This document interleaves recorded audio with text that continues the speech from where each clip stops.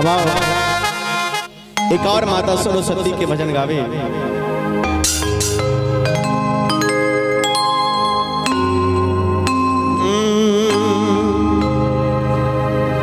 यह गीत के भाई संतोष यादव जी लिख लखिन है।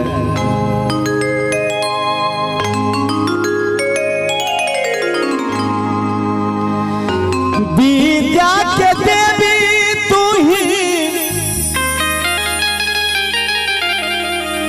बीना के धारी है मैया, बीना के धारी तू ही शारदा भवानी ना,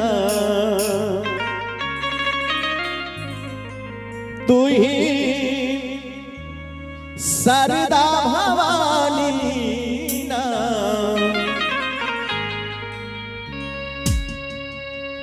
हे यही पंचमी के शुभ दिनमा मैया शारदा भवानी ना, पंचमी के शुभ दिनमा करब यही के पूजनवाना। विद्या के देवी तू ही, बीना के धारी है मैया, बीना के धारी तू ही शारदा भवानी ना, तू ही शारदा कहाँ बीना। अइलै पंचमी के शुभ दिनवा करब तोहर पूजनवा, अइलै पंचमी के शुभ दिनवा करब यही के पूजनवा।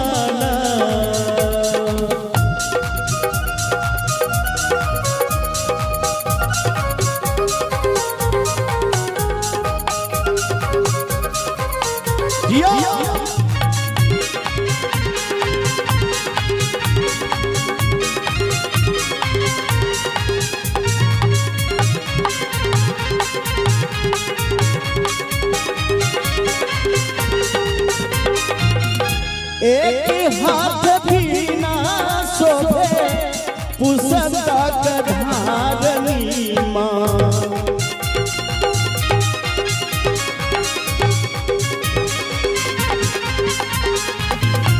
हंस पर सवार मैया जगतारनी माँ।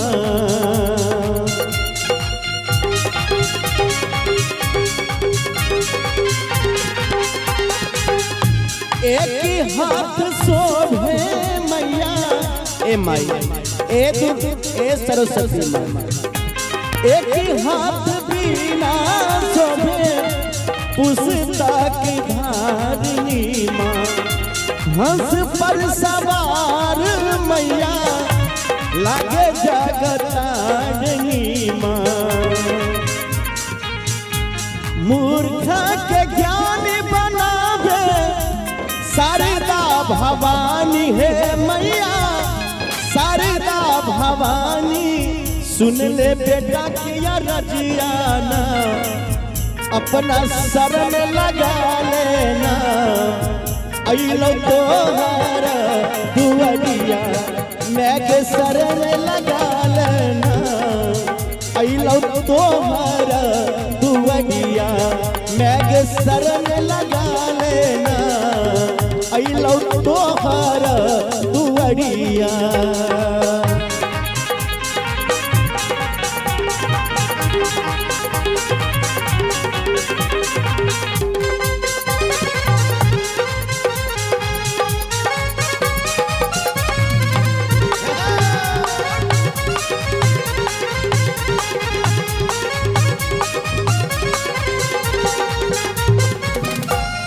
और माँ से कह चलती हे माँ हे शारदा भवानी,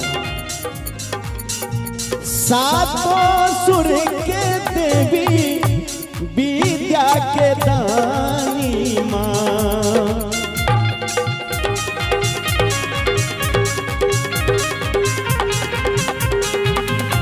महिमा तोहरा के नहीं जानी माँ,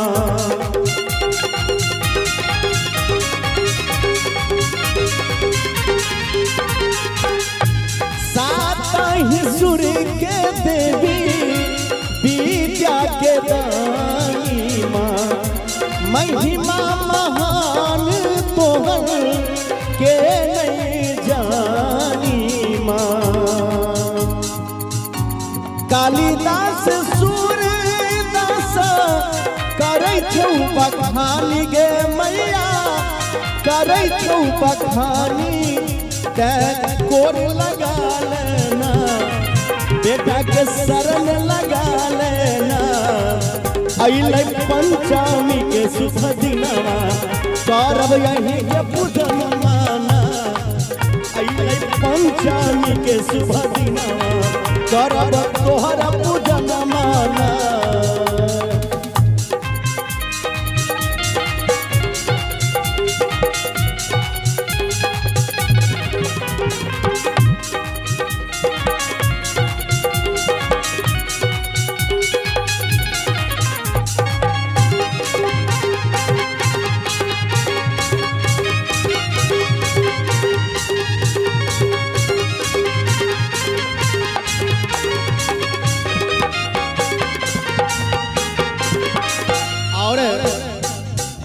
संतोष यादव मैया अरजी लिखई छौके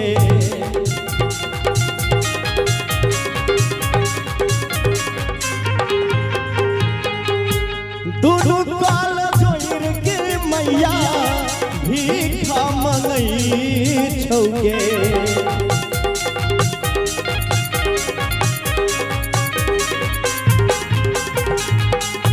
संतोष यादव मैया अरजी लिखी छौके दोनों काल जोर मैया भीखा मंगई छौके शंभू यादव के तू लगले सरनिया के मैया लगले सरनिया तू ब्रह्मानी कहाँ बिना ब्रह्मानी कहाँ बिना हर ले बेटा के विपतिया करब तोरे पूजन माना हर ले बेटा के विपतिया करब तोरे पूजन माना